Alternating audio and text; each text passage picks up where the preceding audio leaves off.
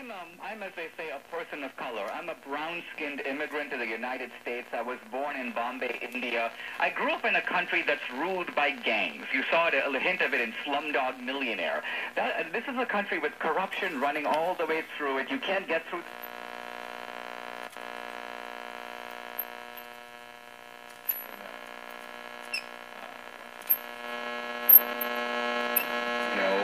In the Gordon thing, I always thought that all of those rules were dumb, especially for troubled people. To set them loose, or people who have had a lot of troubles in their past, to set them loose.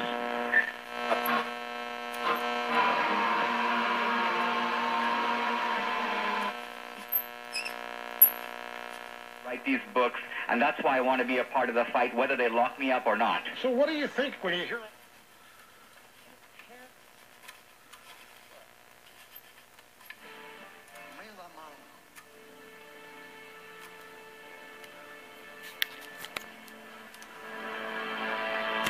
Тебе на світі лиш єдиний обдертий твій